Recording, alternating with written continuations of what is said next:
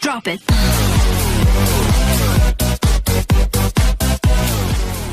بزرگ نے خواب میں ایک کافر کو جنت میں ٹہلتے ہوئے دیکھا تو اس نے پوچھا کہ اے ہندو، تو ہندو تھا، یہ جنت تو مسلمانوں کے لیے ہے، تو جنت میں کیسے آ گیا ہے؟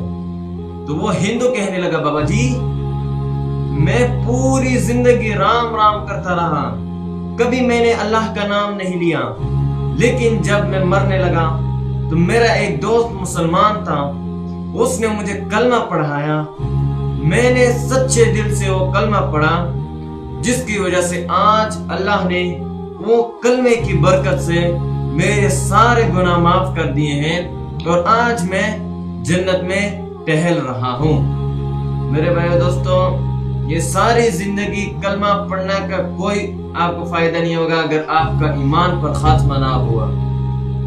اگر 100 سالہ بزرگ مرتے ہوئے کلمہ پڑھ گیا تو وہ بھی اس مسلمان سے اچھا ہے جو 100 سال کلمہ پڑھتا رہا لیکن ایمان پر اس کا خاتمہ نہیں ہوا۔